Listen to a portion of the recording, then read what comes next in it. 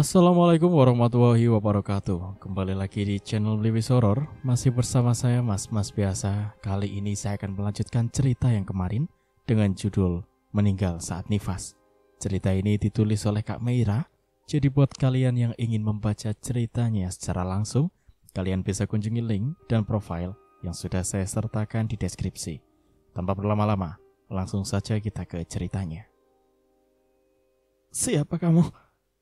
Tanyanya dengan lirih. Sosok tersebut terdiam, perlahan beranjak dan mendekati Sania. Sania bergerak mundur, menjauhi sosok tersebut. Namun tangan yang runcing dengan kukunya yang panjang telah menahan pundaknya. Kenapa? Kenapa kau tega menyakitiku? Mereka menyakitiku, lirihnya. Sania tak bisa menggerakkan tubuh ataupun bibirnya. Lidahnya terasa keluh dengan tubuh yang terkunci. Tidak, jangan ganggu aku.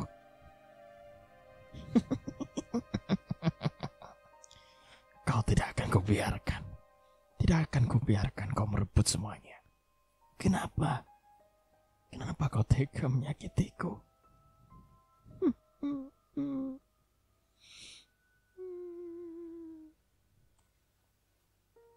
Sania menggeleng lemas. Apakah Lira marah dengannya yang sudah menikahi Endaru? Atau memang ada yang membuatnya marah dari hal lain? Kau tidak akan mendapatkan apapun. Perempuan sepertimu tidak pantas untuk mendapat cinta dari mereka. Kau pantas mati. Amarah dan dendam menyelimuti hatinya. Sania tak bisa berkata-kata melihat sosok mengerikan yang berada di hadapannya. Tubuhnya yang bau busuk dan amis. Wajahnya yang hancur dengan lidahnya yang menjulur panjang.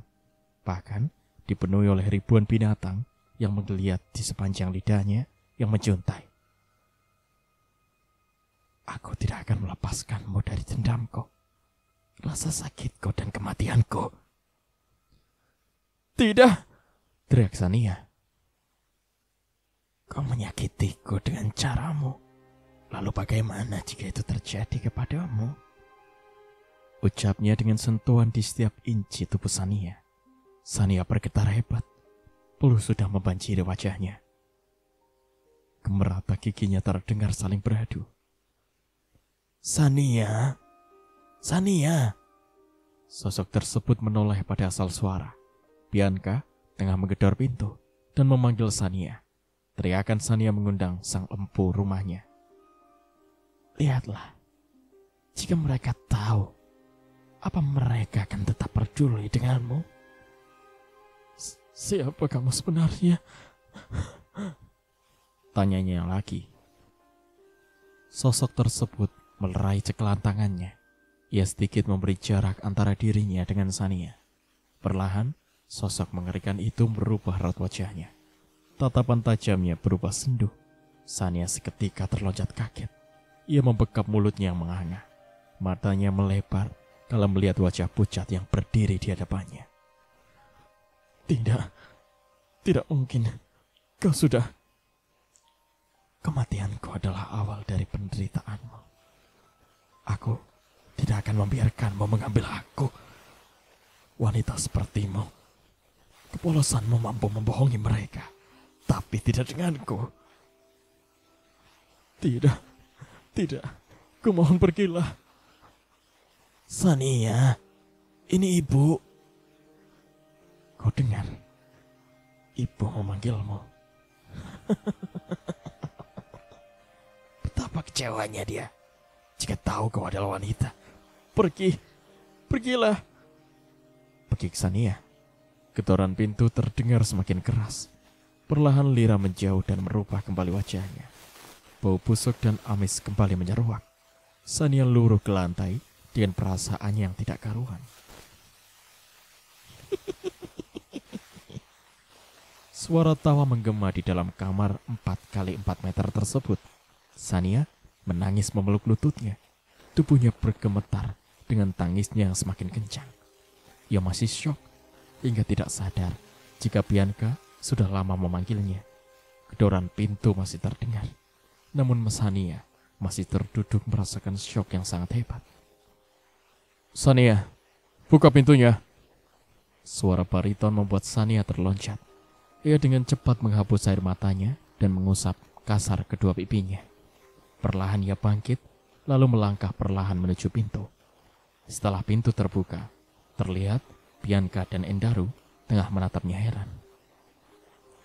Ibu, Mas, kamu kenapa? Hah? Apa kau tuli? Dari tadi kami memanggilmu. Hardik Endaru dengan matanya yang memerah. Daru, sudah. Sela Bianca. Kamu kenapa, Sania? Kenapa kamu selalu teriak-teriak akhir-akhir ini? Ibu, aku tadi... Tidak usah mengatakan jika kamu melihat kecoa. Alasan yang bagiku tidak masuk akal. Katakan jika kamu memang tengah merasakan ketakutan. Karena sampai kapan kamu bisa sembunyi setelah menyakiti istriku?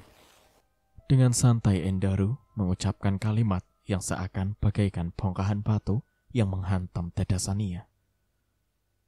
Mas, cukup. Apa kamu tidak bisa sedikit saja menghargai aku sebagai istrimu? Tanda Sania dengan kelopaknya yang mengembun. Daru, cukup. Tidak, Bu. Aku tidak akan membiarkan Liraku menderita. Aku tidak bisa melihatnya kesakitan saat semua orang yang sudah menyakitinya masih hidup dengan tenang. Cukup, Bu. Jangan terus membelanya. Jangan sampai ibu menyesal jika nanti ibu tahu kebenarannya. Sania membuang muka. Tanpa terasa, air mata telah lolos dari pertahanannya. Endaru menghadapkan wajahnya pada Sania. Ia menatap Sania lekat.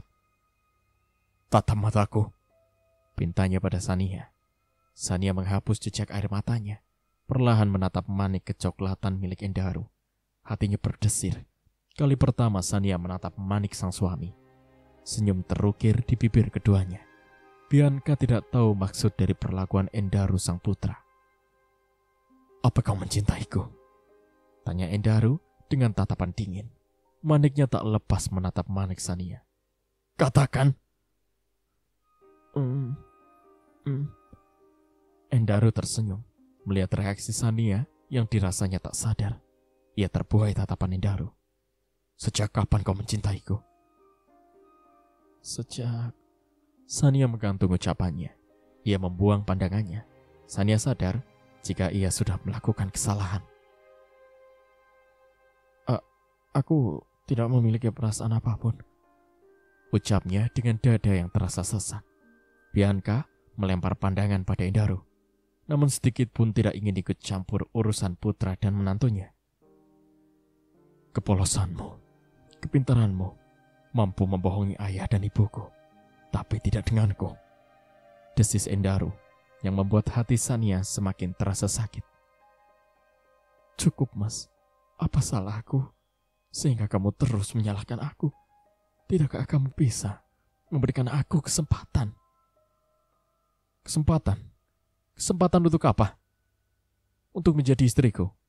Menggantikan Lira di hidupku? Tidak. Sampai kapanpun tidak akan pernah.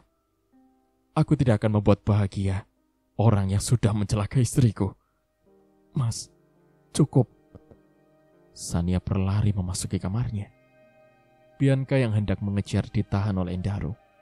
Endaru tidak ingin jika Bianca terlalu memperlakukan Sania istimewa.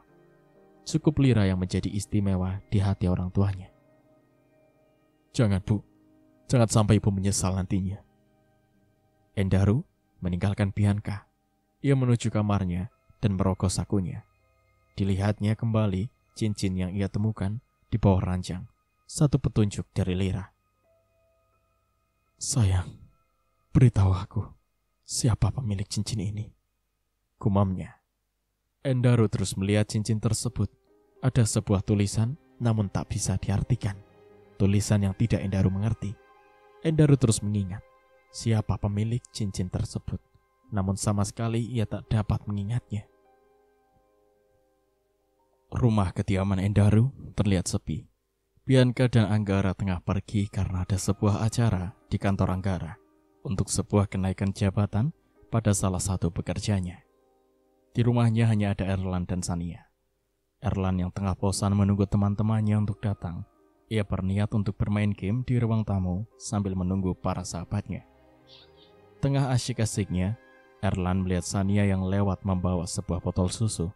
Pakaian Sania yang memperlihatkan lekuk tubuhnya membuat niat jahat di hati Erlan muncul. Erlan mengikuti langkah Sania. Ia berjalan menjinjit agar tidak didengar suara langkah kakinya.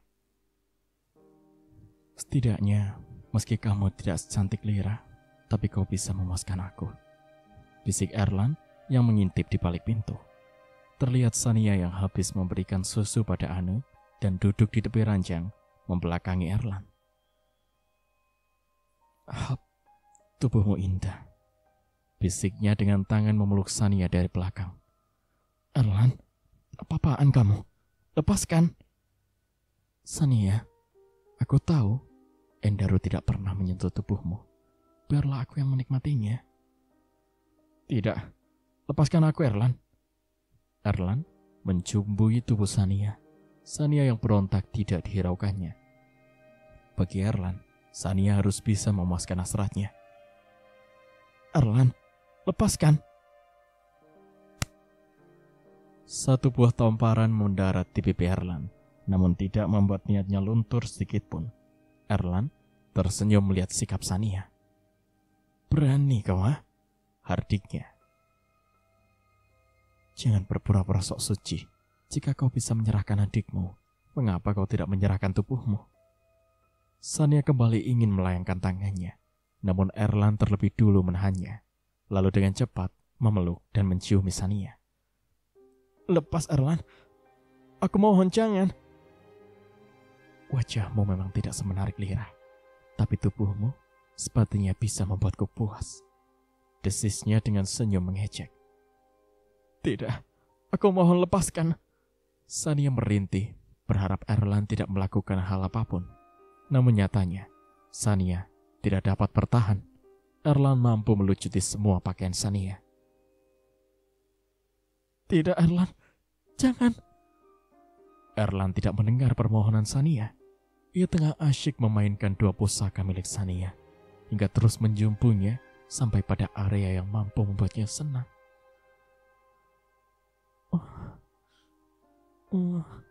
Hentikan. Sania mengutuk dirinya sendiri. Kalau mahkota yang dijaga hanya untuk suaminya, kini direnggut paksa oleh Erlan. Erlan tengah asik menggulatinya. Tangisan Sania ibarat sebuah nyanyian yang menemani keindahan nafsunya.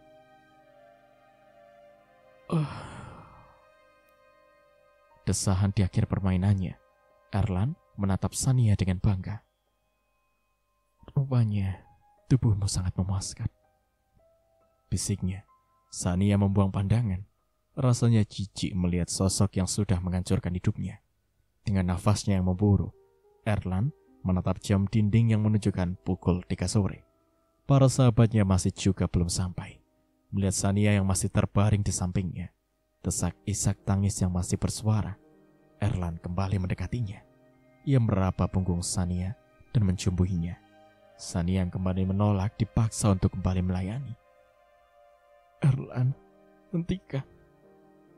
Namun Erlan tetap meneruskan aksinya. Nafsunya sudah menutup mata hatinya, sehingga ia lupa jika Sania adalah istri adiknya. Erlan melanjutkan permainannya.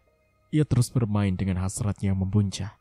Sania merasa kecewa karena sudah mengenal laki-laki seperti dirinya.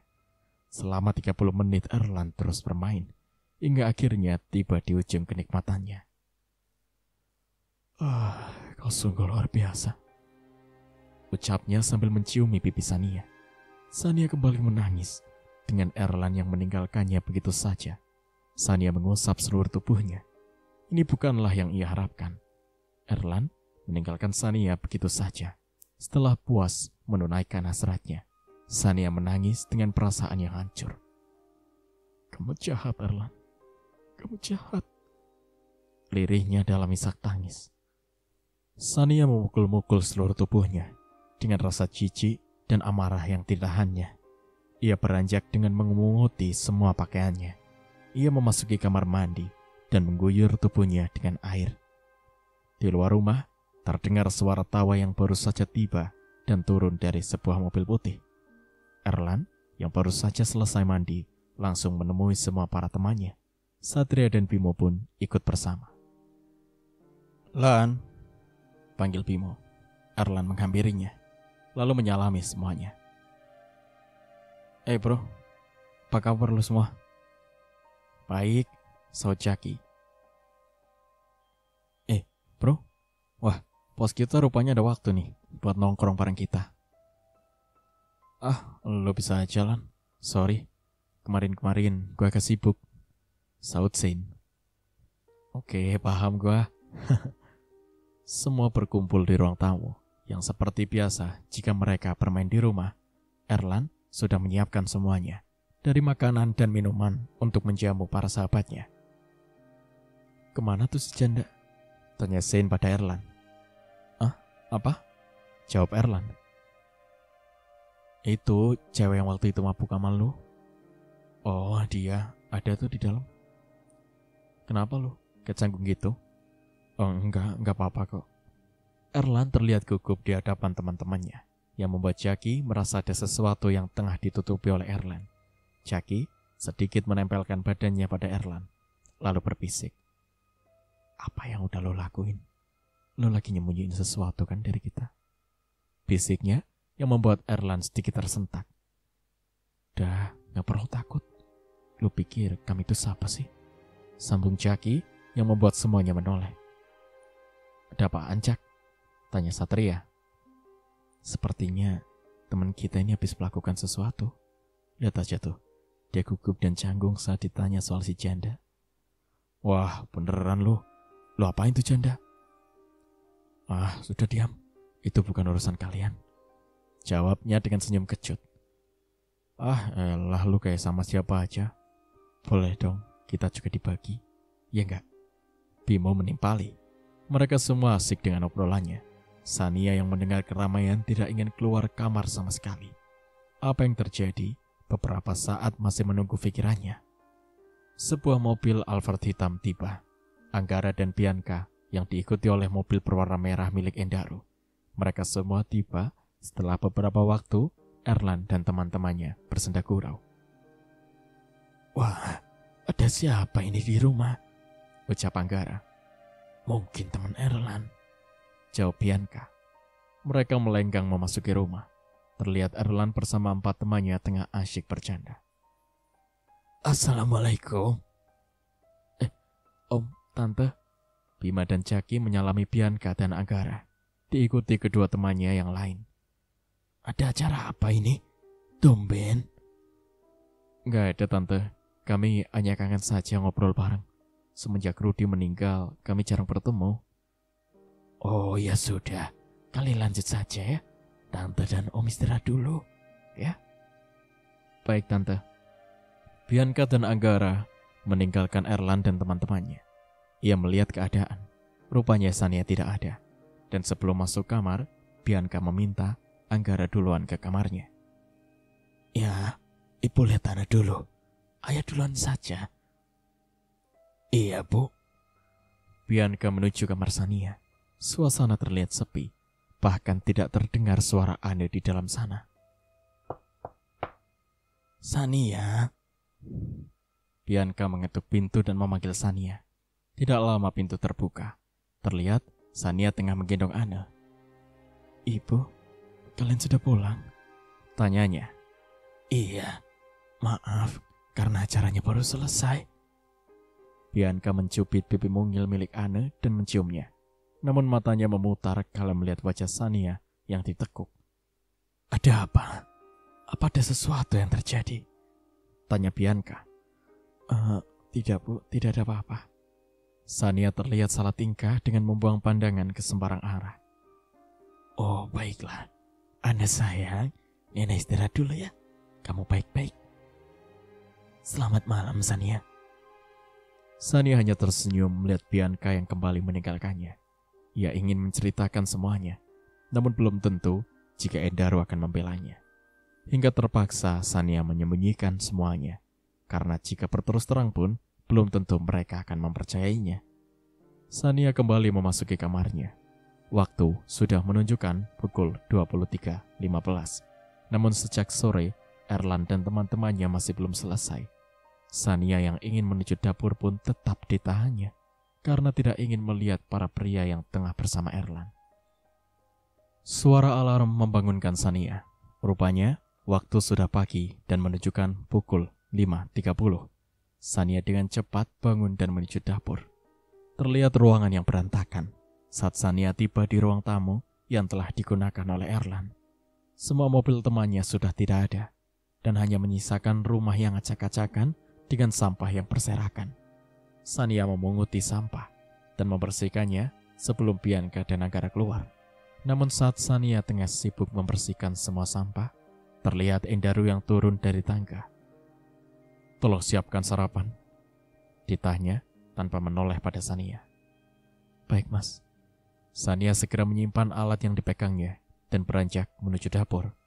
Tidak lama, Bianca dan Anggara pun datang. Anggara sudah siap dan akan segera berangkat.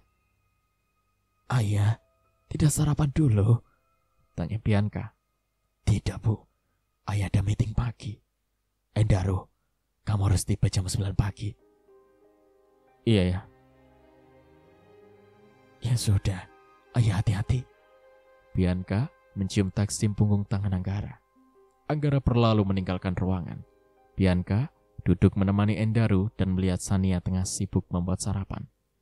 Bianca beranjak menghampiri Sania dan melihat apa yang tengah dibuatnya. "Bikin apa nih ya?" tanya Bianca mengusap punggung Sania.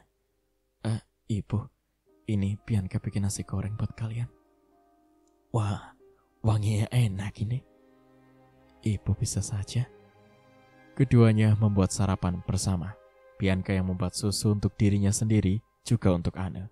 Sania yang sibuk dengan olahan membuat nasi gorengnya terlihat semangat karena Endaru memintanya membuat sarapan. Tiba-tiba Sania berteriak kalau tangannya hendak mengambil sesuatu di bawah meja.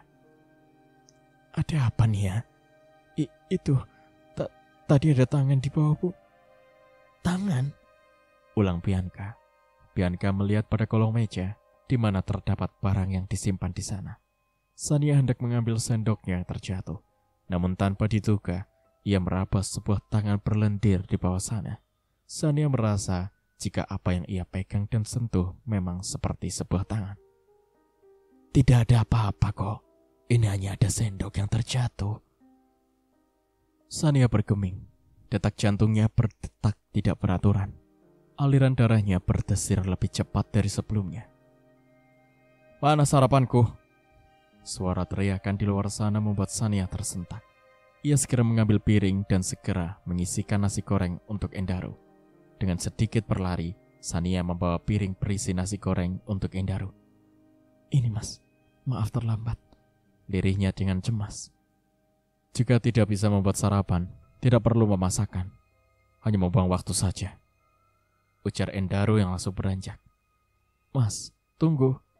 Sania berusaha menahan pergi Endaru, namun cekalan tangannya ditepis kasar oleh Endaru. "Ada apa lagi? Kau sudah membuang waktu berhargaku." "Tapi sarapannya, nafsu makanku sudah hilang. Dan kau tahu, 1 detik waktuku itu sangat berharga. Urusanku lebih penting dibanding menunggumu yang tidak bisa menyiapkan sarapan." Sania menatap sendu piring yang berisikan nasi goreng buatannya. Dengan penuh semangat Sania membuatnya. Namun rupanya, Endaru tidak sama sekali ingin memakannya, dan bahkan berlalu tanpa sedikit pun mencicipinya. "Mas, setidaknya kamu coba dulu," pinta Sania dengan wajah memelas. Endaru melempar piring beserta nasi di atasnya. Bianca yang tengah di dapur pun berlari melihat apa yang terjadi di ruang makan. "Endaru, ada apa ini?" tanya Bianca terkejut karena piring dan nasi yang sudah berserakan di lantai.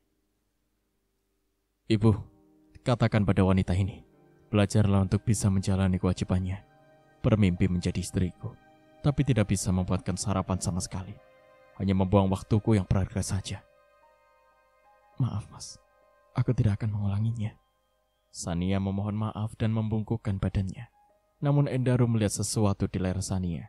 Sebuah tanda merah seperti sesuatu yang ia sendiri pahami. "Tanda apa di lehermu itu?" tanya Endaru dengan sorot mata yang tajam. Sania meraba lehernya, mengingat yang manakah yang ia pikir akan ada tanda di mana Erlan membuatnya. Ini terkena gigitan semut. Iya, semut," ucapnya gugup dan salah tingkah. "Bukankah itu tanda?" "Daru, sudah, itu hanya bekas gigitan semut." Endaru melihat ada sesuatu yang disembunyikan oleh Sania. Endaru tahu betul jika itu bukanlah sebuah gigitan semut. Endaru yakin jika Sania sudah melakukan sesuatu, namun ia tak tahu dengan siapa Sania melakukannya. "Aku tahu mana bekas gigitan serangga dan bukan. Dan harus kamu tahu, aku akan menemukan bukti kebohonganmu." Endaru menatap Sania tajam, lalu menyunggingkan senyum di sudut bibirnya. Sania menatap Endaru yang meninggalkannya. Ada amarah dan juga sesak di dadanya.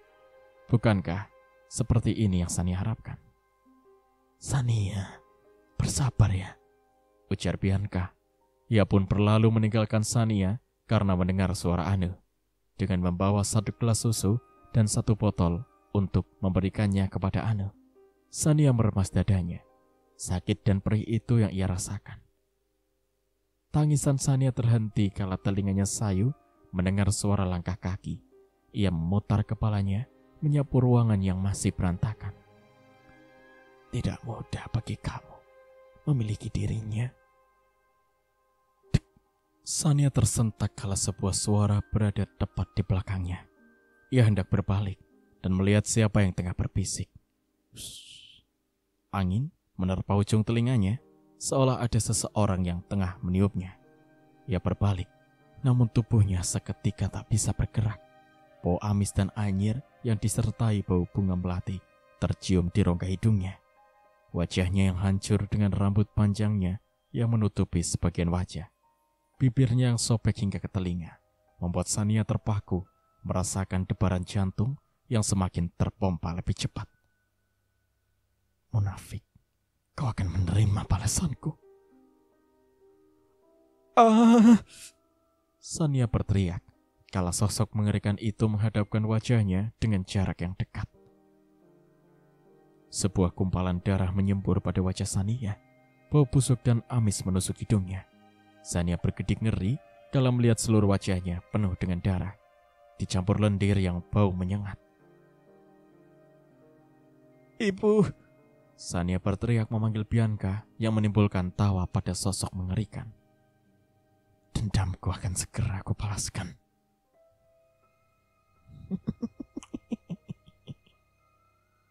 Sania menggelengkan kepala, tak percaya dengan sosok yang dilihatnya. Tubuhnya yang gemetar karena rasa takut tidak bisa lagi ditahan dan disembunyikan. "Siapa kamu sebenarnya? Kenapa selalu menggangguku?" teriaknya dengan menatap tajam sosok di hadapannya. "Semudah itu kau melepaskanku. Semudah itu. Setelah kau meminta mereka untuk menyakitiku dan merenggut kebahagiaanku." Sania tidak tahu maksud dari ucapannya.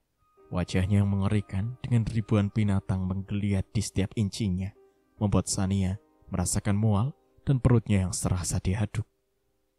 Kau lupa jika aku adalah adikmu."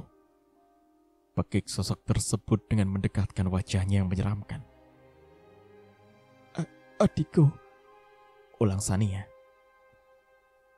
"Adikku tidak mungkin menjadi iblis sepertimu. Dia..." "Ya, tapi kau yang menjadikanku iblis. Kau merenggut semuanya dariku. Suami, anak, bahkan ayah dan ibuku. Apa salahku hingga kau menghancurkan hidupku? Kalian mengambil semuanya dariku. Dan kau yang kau anggap sebagai ibu setelah dirinya pergi, rupanya kau menusukku dari belakang." Sania terloncat menatap wajah asli Lira. Wajahnya pucat, perutnya membengkak, dan tetesan darah menetes dari area intinya. Lira, ini tidak mungkin." Sania membekap mulutnya.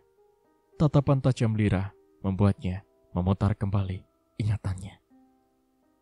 Flashback.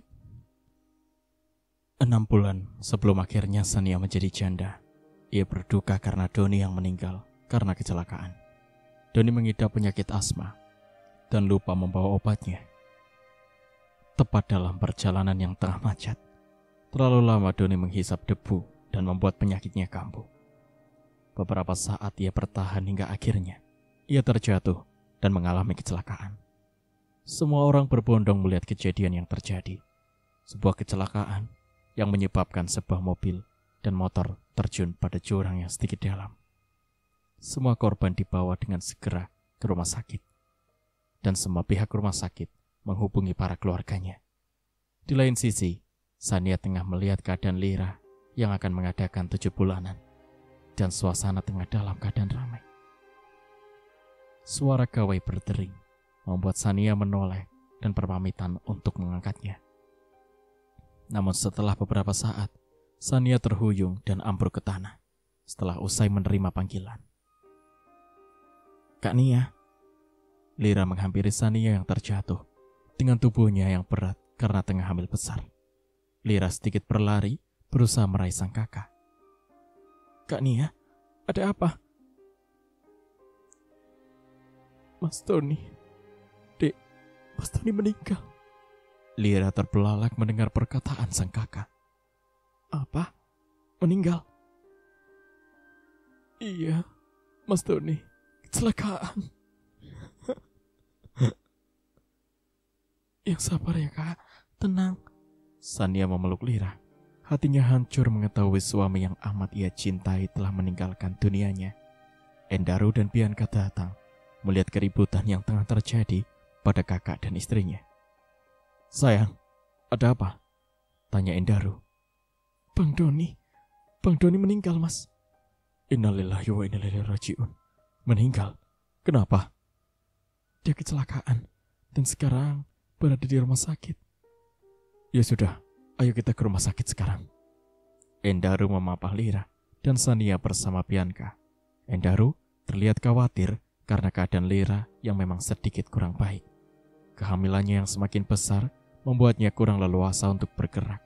Bahkan untuk berjalan pun, Lira memerlukan bantuan. Beberapa waktu akhirnya mereka sampai di rumah sakit. Sania histeris melihat tubuh Doni yang sudah membiru dan dingin wajahnya pucat paci. "Mas Doni, Mas, bangun. Jangan tinggalin aku, Mas."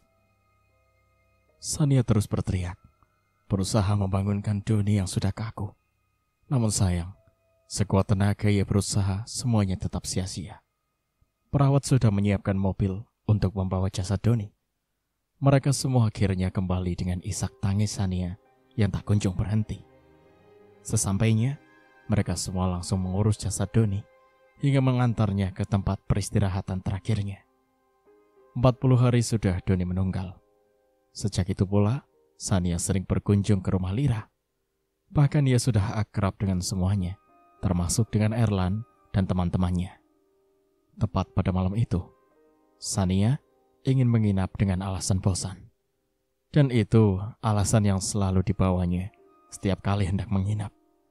Namun rupanya, Sania tengah berusaha mendekati sang adik, Endaru.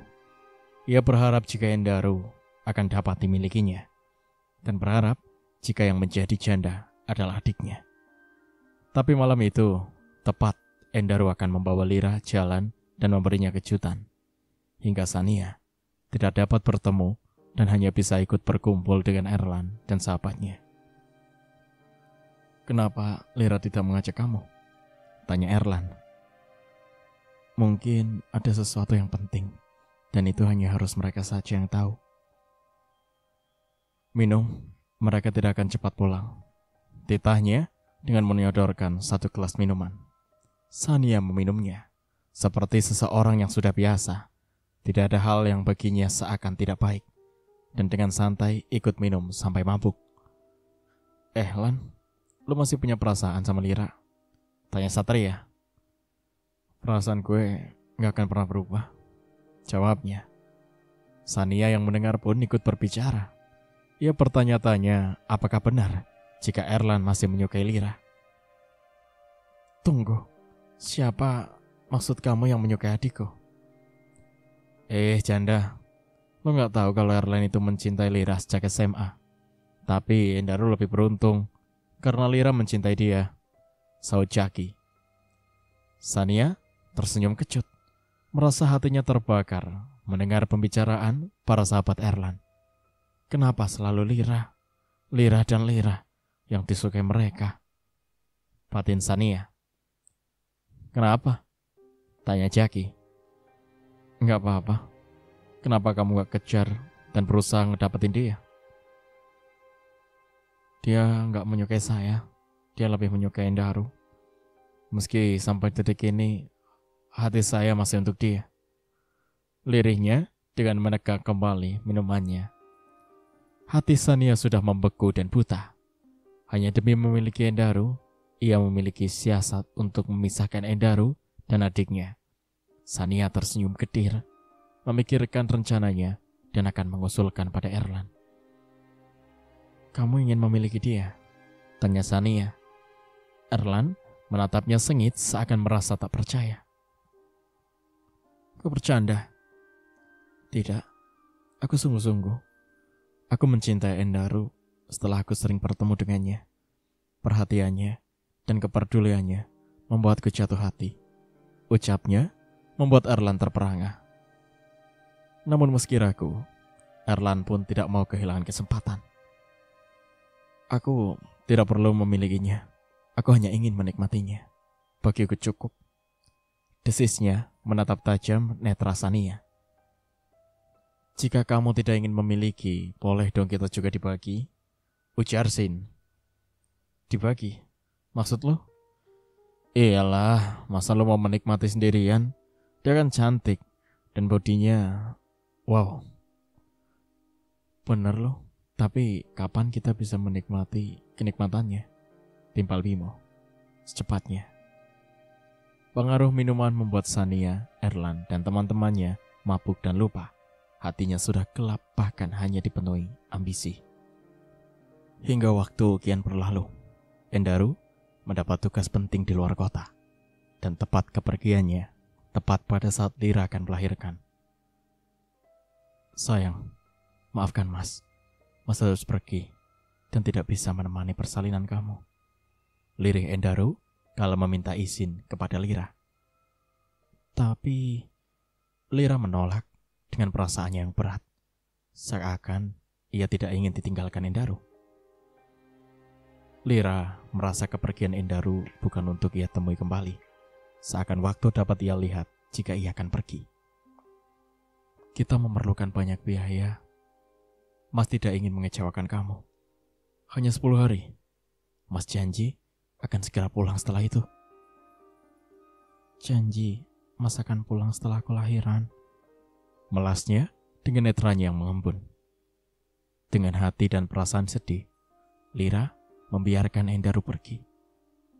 Lira harus menjalani persalinan dengan ditemani sang mertua. Meski Bianca sangat baik dan memperhatikannya.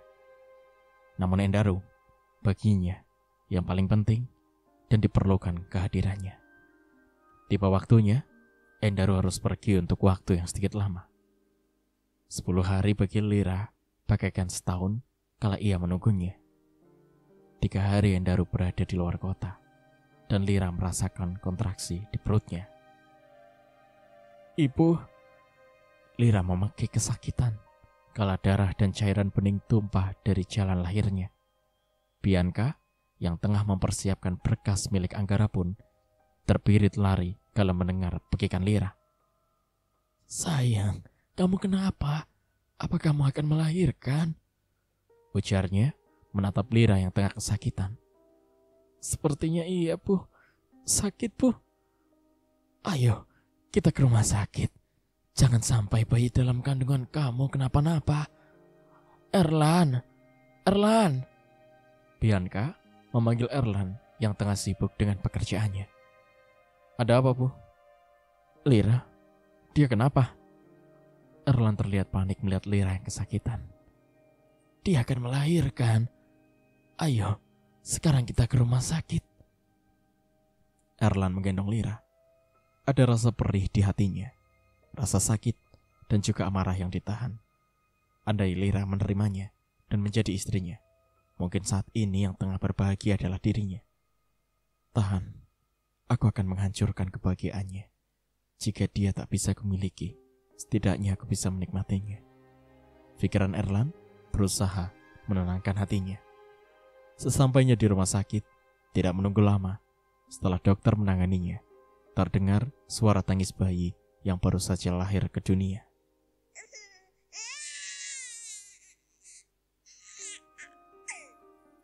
Alhamdulillah, ucap Bianca bersyukur atas kelahiran sang cucu. Ia sudah memberikan kabar pada Endaru dan suaminya. Bahkan Sania pun sudah dihubunginya. Ibu, bagaimana dengan Lira dan bayinya? Alhamdulillah, dia sudah lahiran. Dokter masih menanganinya di dalam. Beberapa saat menunggu, akhirnya dokter pun keluar dari ruang persalinan. Selamat ibu dan bayinya selamat. Bayinya perempuan dan sehat. Alhamdulillah, terima kasih dokter. Sania dan Erlan hanya tersenyum tipis. Ada rasa yang tak bisa diungkapkannya. Marah, cemburu, dan sakit. Itu yang keduanya rasakan. Sania menikah dengan Doni 2 tahun lamanya. Namun, tidak sama sekali diberikan karunia seorang anak. Atau memang Allah sudah tahu takdir pada aktornya. Lira hanya menginap semalam dan sudah diperbolehkan pulang. Ia sudah bisa menyusul babynya yang lucu dan imut. Endaru bahagia kala melihatnya di dalam video call. Ada rasa tak sabar ingin segera berjumpa. Namun waktu masih harus membuatnya menunggu. 5 hari lagi baru ia dapat pulang.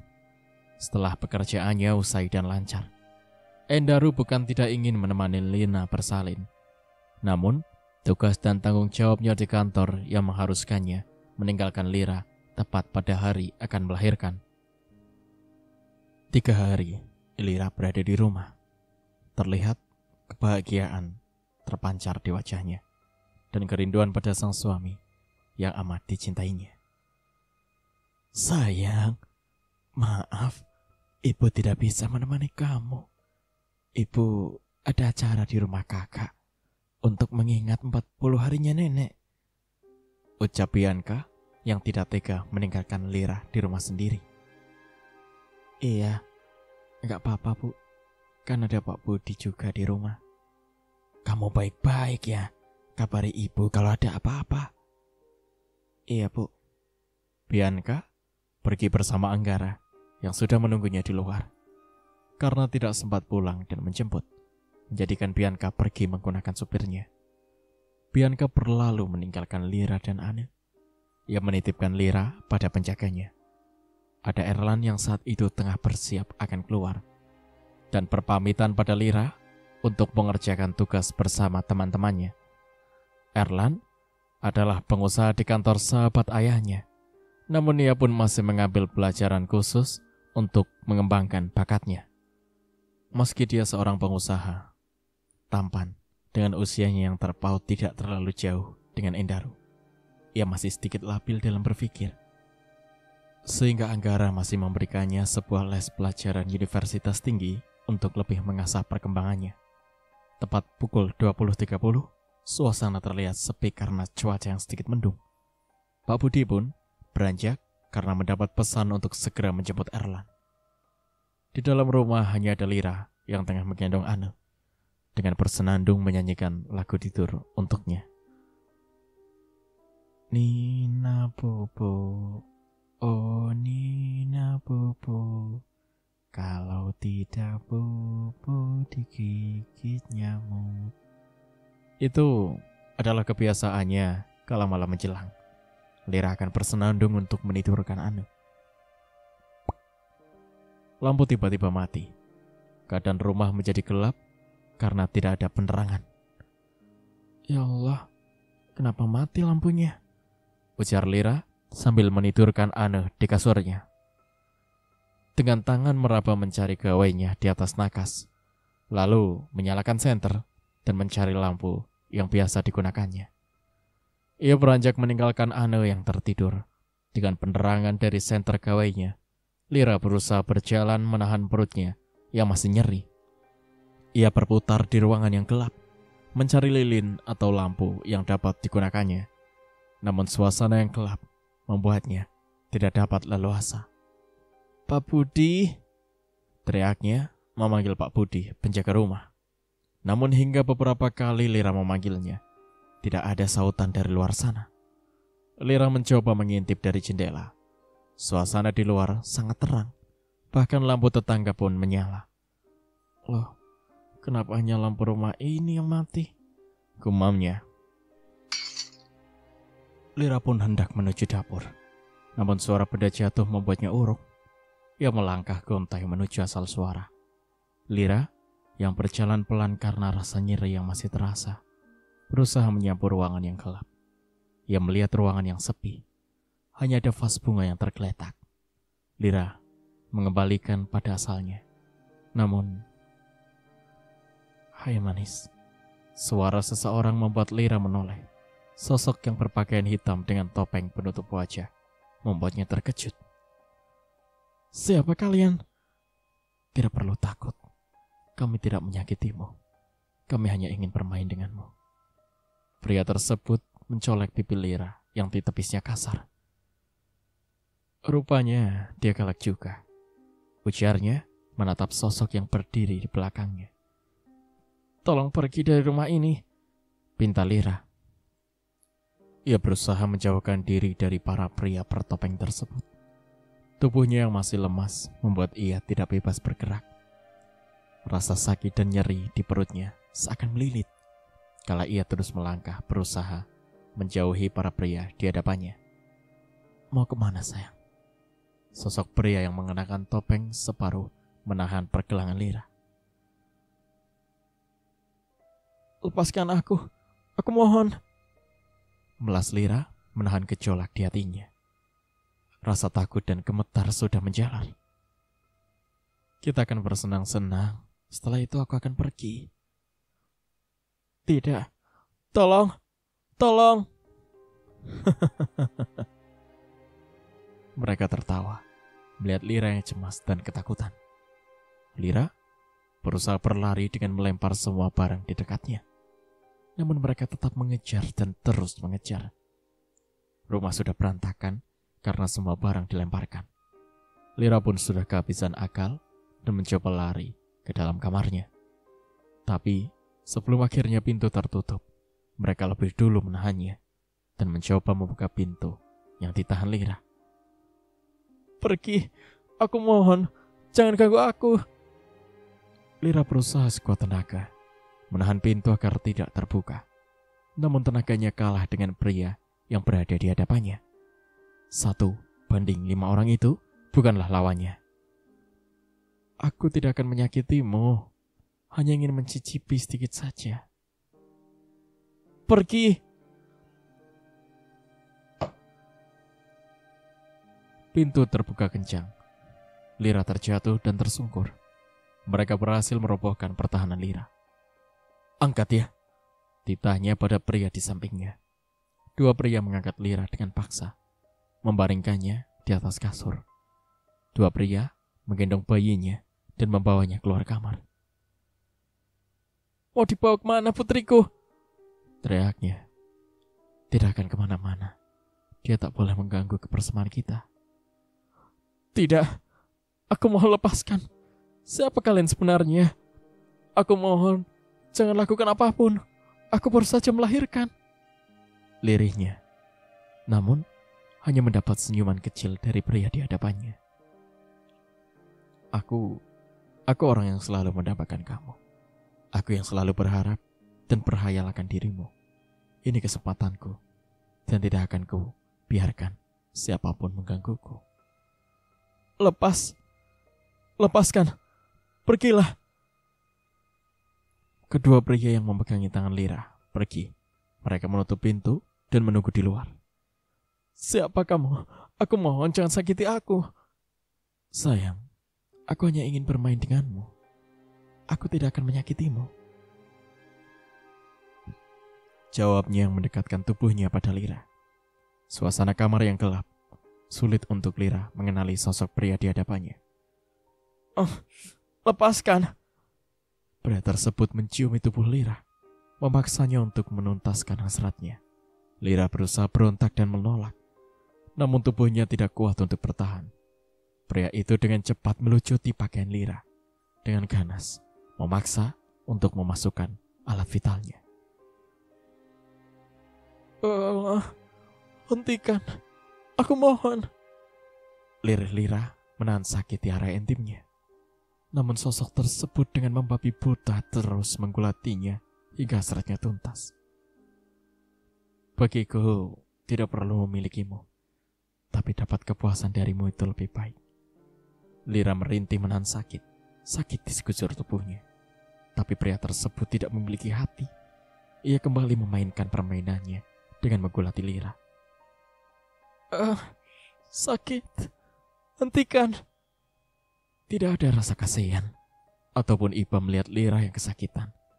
Bahkan setelah ia selesai, ia memanggil semua kawannya dan dipersilahkan untuk menikmatinya. Tolong jangan. Kumohon hentikan. Tolong." Lira hanya merintih, berharap mereka semua menghentikan permainannya. Namun mereka semua sudah dibutakan oleh nafsunya, sehingga tidak lagi memiliki rasa iba dan kasihan pada Lira. Pria yang tengah duduk setelah menuntaskan hasratnya, ia mengambil gawai Lira dan menghubungi seseorang. Di tengah isak tangis Lira, ia menyodorkan gawainya. Suara Lira terdengar, bahkan desahan temannya sengaja didekatkan. Setelah semua selesai, mereka hendak pergi, namun langkahnya terhenti kala pria berbadan sedikit gemuk telah berdiri di ambang pintu. Matanya melotot, dengan mulutnya menganga. Ia mengusap mulutnya dan melihat kejadian di depannya. "Jika ingin menikmati, cepatlah. Setelah itu, kita pergi." Pria tersebut bukanlah mengusirnya, namun memintanya untuk melakukan juga permainannya. Ia tak menolak, namun dengan hasratnya yang membuncah, ia menggulati Lira. Dan dengan sengaja, gawai milik Lira yang masih tersambung pun didekatkan. Suara erangan kesakitan dan desahan bergema di dalam sambungan telepon. Setelah semuanya selesai, mereka pun beranjak, meninggalkan Lira yang terbaring lemas di atas kasur. "Kau begitu baik, dapat memuaskanku. Kupikir kakakmu akan senang mendengar kabar baik ini. Bahkan aku pun puas." Satu pria menyodorkan bayi kecil ke sampingnya. Namun saat mereka pergi, ada di antaranya yang meninggalkan sesuatu. Bahkan ada yang dapat dikenalinya. Mereka semua pergi dengan kepuasan yang mereka dapat, meninggalkan luka dan kepedihan di hati Lira. Lira menangis jadi-jadinya. Ingatannya akan Endaru terbayang-bayang di pelupuk mata. "Maafkan aku, Mas. Maafkan aku." Lira menangis, mengutuk dirinya sendiri karena tak bisa menjaga diri. "Kalian kejam, kalian iblis, kalian merenggut kebahagiaanku, kalian menyakitiku. Aku tidak akan melepaskan kalian begitu saja. Aku akan membalas kalian. Tidak akan kubiarkan kalian hidup tenang. Ini sumpahku." Lira meremas ujung spray dengan sumpah yang akan membalas kebiadaban mereka. "Kau begitu baik dapat memuaskanku. Kupikir kakakmu akan senang mendengar kabar baik ini. Bahkan aku pun puas." Ucapan sosok pria yang amat familiar suaranya kembali terngiang-ngiang. Lira berpikir keras atas itu. "Kak Nia, mungkinkah?" Hatinya bertanya-tanya. Lira tahu betul sosok pria yang baginya amat familiar. Namun mungkinkah jika Sania akan bahagia mendengar kabar dirinya yang seperti ini? Lira terpukul. Apa yang menimpanya amat menyakitkan. Ia meremas perutnya. Perih sakit dan ngilu. Itu yang ia rasakan. Kedatangan Sania membuatnya mengingat ucapan pria tersebut. Hingga pertanyaan dan kekhawatiran Sania tak dihiraukan olehnya. Lira terdiam. Matanya memerah dengan bahunya yang bergetar. Amarah dan rasa sakit itu yang kini dirasakan olehnya. Luka, lara, dan dendam. kini berada di hatinya, memenuhi dadanya yang terasa sesak. Lira merasakan tubuhnya hancur. Rasa nyeri membuatnya tak berdaya, sehingga dalam sekejap ia tak sadarkan diri. Kembali ke masa sekarang. Kau ingat bagaimana kau yang mendengar tangisanku, tangisan dan rintihanku, tapi kau berpura-pura seakan peduli denganku. Sania mengingat kembali semuanya. Pada malam itu ia memang sengaja tidak pulang, terburu-buru, karena memang itu adalah kesepakatan dengan Erlan. Ia terhuyung, tungkainya terasa lemas, mengingat bahwa dirinya lah yang merencanakan semua itu, hanya karena ego dan nafsunya. Ingat baik-baik, aku tidak akan membiarkan kalian tenang. Pergi, teriaknya. Aku memang jahat, aku sudah mencintai Endaru, dan aku pun sudah menyayangi Ana, lirihnya. Ya, Sania memang jahat. Ia berpura-pura polos demi mendapatkan perhatian Endaru, bahkan berpura-pura baik demi mendapatkan hatinya. Meski segala cara yang dilakukannya, tidak ada satupun yang membuat Endaru mencintainya. Aku pasti bisa mendapatkan hati Endaru, gumamnya.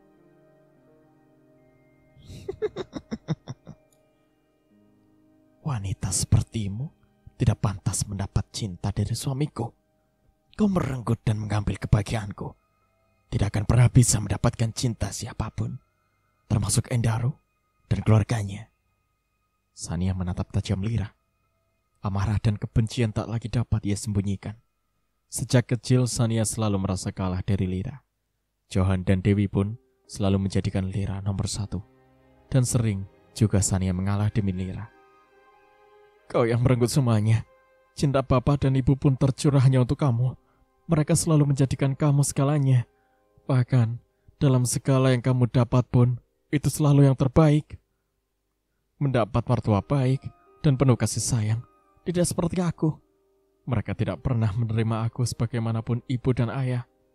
Tapi kamu mendapatkan segalanya. Suami yang baik, mertua pun menyayangi kamu dengan tulus. Tidak seperti aku, yang selalu direndahkan dan dipandang sebelah mata. Sania terisak, mengingat bagaimana kehidupannya sebelum Lira pergi. Bahkan sejak kecil, apa-apa selalu Lira yang utama.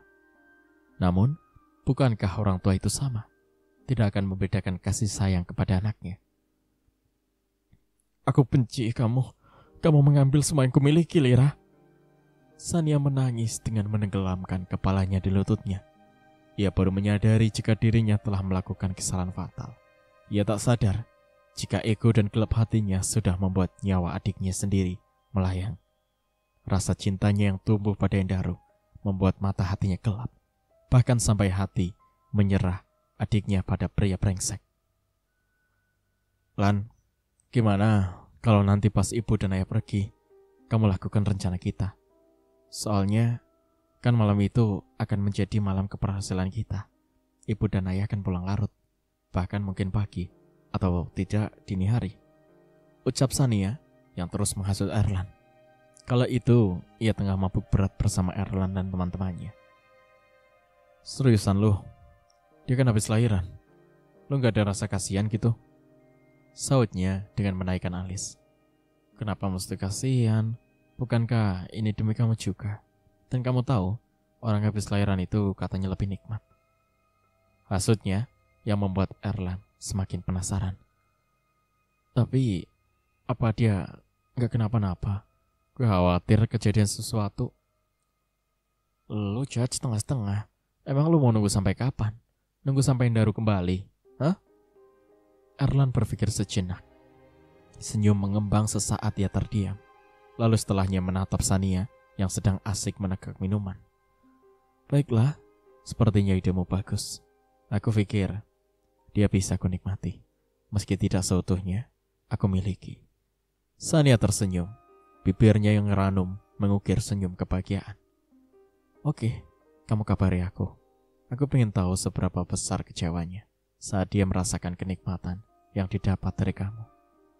Erlan mengangguk, mengembangkan bibirnya yang seksi. Matanya yang merah seperti Sania membuat semua pandangannya berbayang. Cerita pun bersambung. Nantikan kelanjutan ceritanya di part berikutnya. Terima kasih. Wassalamualaikum warahmatullahi wabarakatuh.